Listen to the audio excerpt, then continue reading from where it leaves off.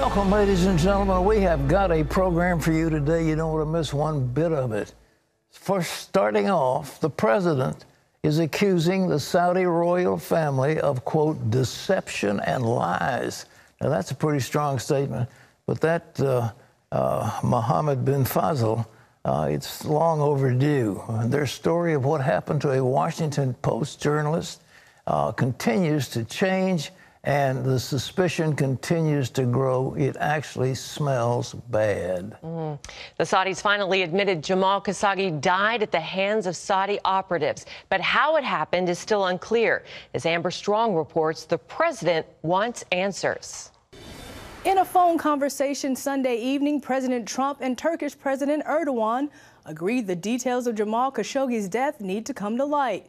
President Erdogan is set to release the findings of Turkey's investigation Tuesday. This comes as the latest explanation from the Saudis is met with doubt. On Fox News, Saudi Foreign Minister Adel Al-Jubeir denied the Crown Prince's involvement in the murder. There weren't people closely tied to him who were involved in this operation. There were pictures of some security officers who may have been part of his security detail from time to time. The Crown Prince has denied this. The Crown Prince is not aware of this. And now new reports that the Saudis used a body double to make it look like Khashoggi left the consulate. The Saudis are standing by the investigation, meanwhile offering condolences to the Khashoggi family. This is a terrible mistake. This is a terrible tragedy. However, the Saudi story is changing. Over the weekend, saying he was the victim of a fistfight, and later he died in a chokehold as he tried to leave the embassy.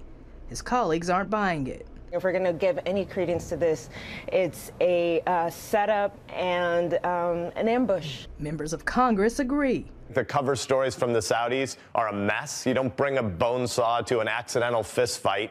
President Trump also expressing doubts in an interview with the Washington Post, saying, obviously there's been deception and there's been lies, but stopping short of implicating MBS. While many critics say all roads lead back to the Crown Prince, those same analysts agree he'll likely escape the blowback, whatever that may be. However, some on Capitol Hill suggesting a complete overhaul of U.S.-Saudi relations. I feel certain that the Crown Prince was involved and that he directed this, and that's why I think we cannot continue to have relations with him. I think that sanctions don't go far enough. I think we need to look at the arms sale. This ought to be a relationship-altering event for the U.S. and Saudi Arabia. But Congressman Peter King saying the president needs to hold Saudi Arabia accountable while protecting a vital ally.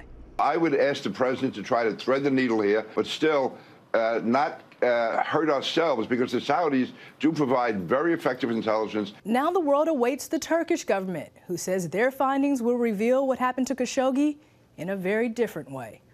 Amber Strong, CBN News, Washington. I'm told that the Turks will announce their findings tomorrow, and I'm sure it's going to be damning for that prince. But, you know, even Saudi, that we have Saudi Arabia named after, had a number of sons. You remember Fahad and Faisal and those others. They were all sons of the founder of the Saudi dynasty. Then they've had a bunch of sons. They've got all kinds of princes. And this one prince has decided he wants to take power, and he locked a whole bunch of his brothers or cousins up in a hotel and held them for ransom. He got hundreds of millions of dollars away from them.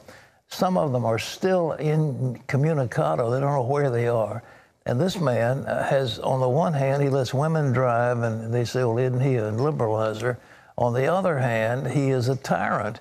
And, you know, it's just so simple. When you've got all those princes, they've got plenty of princes, and all they need is to pick one, and I'm sure there's some others over there. And what they need to do is to say, Faisal, Mohammed bin Faisal, MBS Sultan, I'm sorry, it's MBS Sultan, that he's got to go. And I think the president has got to say the relationship with Saudi Arabia is too important, especially when we're concerned about Iran as the spreader of terrorism throughout the Middle East. So we need the Saudis, but we don't need this guy as a thug. So it's just that simple. Now, there's something else. Fully equipped United States division, an infantry division, has 20,000 men and women, 20,000 people in it. This caravan that's coming north has got about 7,000 people now. It's coming out of Honduras and Guatemala and now through Mexico, and it's going to be a public relations nightmare for our president if he doesn't get ahead of the thing. And what I'm saying is, so they're going to arrive. What do we want to greet them with? We want to have a bunch of soldiers beating them up on little children and women and peasants? Is that the kind of image we want to have in the world? It's going to be a nightmare unless we get ahead of it. My solution is very simple. The Army knows how to take care of troops. 7,000 people is no big deal. It's a third of a division. And all they've got to do is have field kitchens out there to feed them and put up a bunch of tents. And then, once they're in that situation where it seems humanitarian, then you begin to arrest them for breaking our laws, and you take them selectively back to Honduras, back to El Salvador, back to Guatemala, wherever they came from. And it'll take a little bit of time and some judges. But the other thing that I think we ought to do, and I think it's very important, the person who apparently has been financing this thing is George Soros. Now, we don't have hard evidence on that, but that's the suspicion that the Soros Foundation has somehow been providing money because somebody's been paying those people off. They're left-wing agitators working in that group, and Chuck Holton tomorrow is going to be down there with them to try to find out precisely who the agitators are. But my suggestion would be that the Justice Department needs to get a warrant to search the books of the Soros Foundation to see if they indeed have been setting this thing up and do it. The whole idea was to use these people to embarrass the president. And just before the election, you've got this awful PR nightmare of troops beating up on poor peasants from down in Central America. It's going to be awful. And you're right. I mean, I can't imagine the PR nightmare. Oh, it's going to be horrible. And the president said, well, it's all the Democrats. Well, that's not going to wash. What they need to do is to be very compassionate. We've got nice tents. We're feeding these people. We've got Army soup kitchens out there. The Army, I mean, it's 1/3 of a division, for heaven's sakes. I mean, it's nothing. But he needs to put a whole division down there of soldiers, not National Guard, United States troops, put them on the border, and then tell them to exercise restraint little by little and lead these people into what looks like a humanitarian setting until such time as they can be processed one by one. They can't come into this country. We can't allow that stuff to happen. If this group makes it, then there'll be one more, and one more, and one more, and there'll be assaults on our border. But this is a planned deal just prior to the election to turn the Hispanic population in America against the president and to say he lacks compassion. Mark my word, it's got to be done. They've got to get ahead of it right now.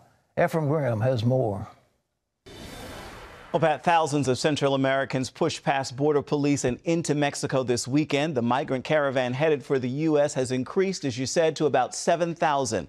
President Trump is threatening to use military force at the U.S. border to keep them out. Secretary of State Mike Pompeo met with Mexico's president Sunday, saying the caravan is supported by leaders with political motivations. President Donald Trump blames the caravan on an open borders policy he says the Democrats support. He tweeted the caravan is, quote, a disgrace to the Democratic Party.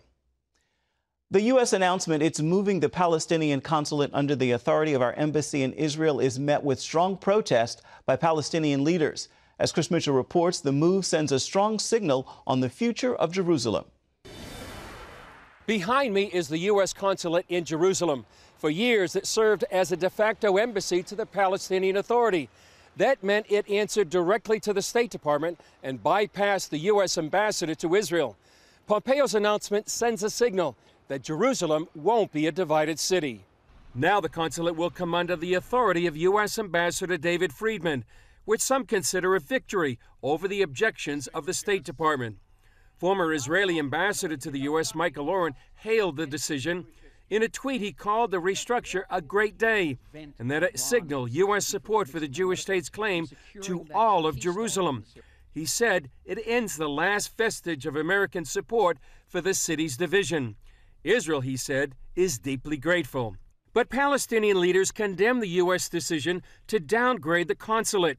It had a separate channel to Washington to report on Palestinian affairs, with a consul general whose authority was close to that of an ambassador. They are dictating the ideologically committed team of President Trump's to take Jerusalem off the table.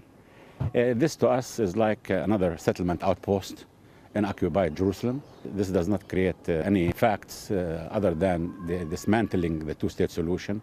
Mideast analyst Pinkas Inbari says the move kills the idea of two capitals in Jerusalem. It meant that the consulate is for the Palestinian capital in the future, and the embassy is for Israel.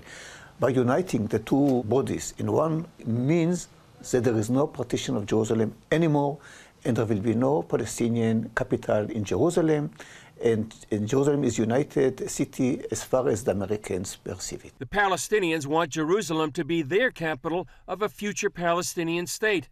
Inbari says while the Palestinians are shouting, no one is listening. If you watch around, no Saudi reaction, no Egyptian reaction, very mild Jordanian reaction. The only party that is reacting is Ramallah, not even the East Jerusalemites. They don't care. The move is the latest decision by the Trump administration to change the status of Jerusalem. Last December, President Trump recognized Jerusalem as Israel's capital. And in May, he moved the U.S. Embassy from Tel Aviv to Jerusalem. This decision will make it harder in the future for Jerusalem to be the capital of two states, one Jewish and one Palestinian. Chris Mitchell, CBN News, Jerusalem. It's a move to watch. Pat? I frankly don't think that two-state solution is going to fly either. You know what really ought to happen? But years ago, the Palestinians were under Jordan. They had Jordanian citizenship, Jordanian laws, and Jordanian administration. I think that Jordan, with the king, has a responsible government, and the Palestinians are not capable of having their own state. It won't work. They just won't work. And we talk about two-state solution, it won't work. And the idea, they've got that UNRWA thing that the UN has been trying to tell the Arabs for years and years they have a right of return, that they're going to go back into Jerusalem. That's nonsense. I believe we begin to withdraw our support of UNRWA. It's been a disaster, and it should be done away with. But they're not going to have a two-state solution. If you get to know that country over there, it's so tiny. There is no way you're going to split that up and you're going to have any kind of a legitimate government operating in that West Bank area. It won't work. They don't have necessarily, well, they may have a seaport, but they don't have the necessary access to other outlets that a legitimate state needs. And furthermore, when the Palestinians have authority, what do? They turn it over to a terrorist group.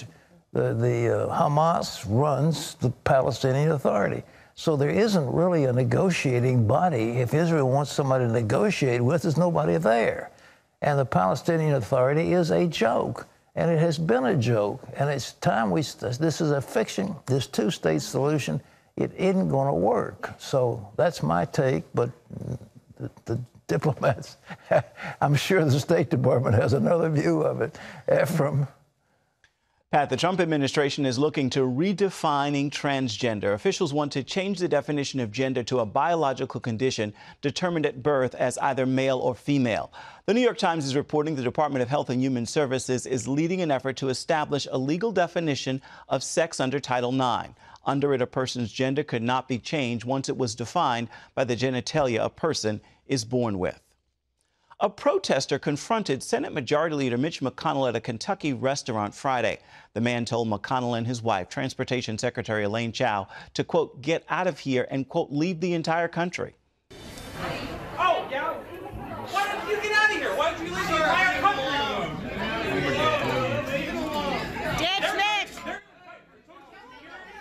The video was first released by TMZ. People at a nearby table did come to McConnell's defense and told the man to back off. Protesters later followed McConnell to his car and tossed his to-go box out the door. McConnell's press secretary released a statement saying he appreciated those who spoke up against the incivility and said the Senate will not be intimidated by the antics of far-left protesters. One of President Trump's latest taglines is jobs, not mobs, the point he's trying to make. Some on the left are turning the Democrats into the party of mob rule. Tucker Carlson from Fox News agrees with the president. CBN's Jenna Browder recently sat down with Carlson to get his views on the controversy. Many of you know Tucker Carlson from Fox News, and now he's out with a new book, Ship of Fools, How a Selfish Ruling Class is Bringing America to the Brink of Revolution. I sat down with him to talk about it, then also another topic that's on a lot of people's minds right now, left-wing violence and protests. Meltdown in America, from Portland and San Francisco to the Supreme Court.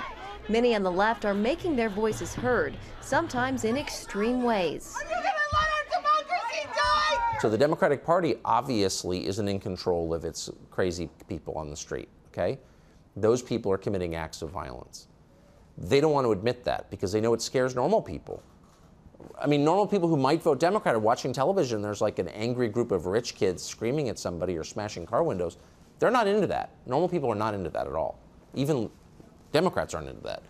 So the Democratic Party has to pretend it's not happening. And so immediately the media start telling you, no, there are no mobs. When you see people like Ted Cruz getting chased out of restaurants by a mob. Oh, you're not going to use the mob word here. Oh, here. It's totally a mob. Carlson says the media's problem is more than just a liberal-leaning bias. They're not liberal. They're water carriers for the Democratic Party. If you want to know the way the media will present the news, look at what the Democratic Party's political objective is for the day. What are the party's talking points? And then go watch CNN, and they're identical. But what about those who say there's also violence on the right? Well, that's not true. I mean, are there crazy people on the right? Yeah, of course. Obviously. There are extremists on all sides, for sure. But what there isn't on the right now, and maybe it will change, but I'm trying to be as honest as I can be, there aren't groups of conservatives screaming at Democratic lawmakers in restaurants or on airplanes or in airports, and they're not actually smashing Starbucks windows and blocking traffic. I mean, that's Antifa. I mean, just as a matter of fact, being as honest as we can, right now in 2018, violent demonstrations on the street are overwhelmingly of the left. And this is the youth wing of the Democratic Party. So maybe that, again, maybe that will change. But right now, why are we lying about this? These are progressives doing this, not conservatives. The political temperature in America right now is no doubt hot. And come November, the controversy over the mob could be a factor to motivate voters. In Washington, Jenna Browder, CBN News. Some frightening scenes, Pat. I'm just amazed at this. I mean, my father for years, and I was a Democrat for 50-some years, if you will, the Democratic Party was the party of Franklin Roosevelt and then Harry Truman and then some very sensible things. And there were all kinds of Southern Democrats who were the height of civility. And they and their Senate colleagues, the Republicans, got along very well together.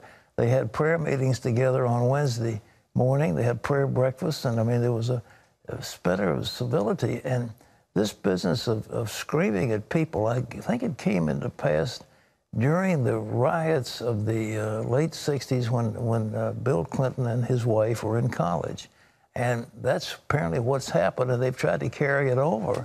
And, you know, we have to be lack civility. And then you've got Maxine Waters saying all that nutty stuff she says.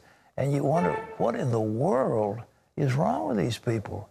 That certainly is not going to win votes. I mean, what is your agenda? What is it you want to propose for the nation? What kind of what do you want to do with taxes? What do you want to do with foreign policy?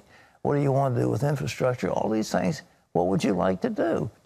The American people can't vote for somebody who just wants to scream. I mean, that's what the little baby does. The little baby gets wet and it starts crying and screaming. Well, are these a bunch of children that they've been raised as children? Well, what's the matter with them? Well, Hillary Clinton said we can't have civility, so she's endorsing this kind of behavior. Well, when they want to take away all the things that we've built up, well, what they built up, the American people don't like. But, you know, it'll be interesting to see if that attack on McConnell and his wife would be on the liberal media. I bet we don't see hide nor hair of it. Don't see that. They're not going to cover that. But anyhow, it's a shame. But, ladies and gentlemen, I think the American people have got more sense. And deep at the heart, this is a very strong, religiously oriented nation who believes in fair play. And this isn't fair play. So, some good news of what Operation Blessing is doing, and Ephraim's got that story. Indeed, Pat. Operation Blessing's base in Lumberton, North Carolina, had a special visit this weekend. North Carolina Governor Roy Cooper stopped by the site at East Lumberton Baptist Church. He thanked volunteers who are working to repair homes and assist victims of Hurricane Florence. Meanwhile, in Florida, Operation Blessing is hard at work helping victims of Hurricane Michael. Volunteer crews were at work removing debris and placing tarps on damaged roofs hit by the storm. Teams also handed out hygiene kits to area residents. Good to see. Pat? Well, our people are at work in Panama City, Florida. Operation Blessing continues to help victims of Hurricane Michael. And this week, volunteer crews removed debris and placed tarps on damaged roofs hurt by that hurricane. Teams handed out hygiene kits. They have also little devices that purify water. They have other devices that give illumination. They put them up, and you've got a light without having power. They've got all kinds of things they can do to help people. And if you want to participate, the damage is not over, folks. There are still people hurting and suffering, and they're your fellow citizens, and we believe in helping them here in America or around the world.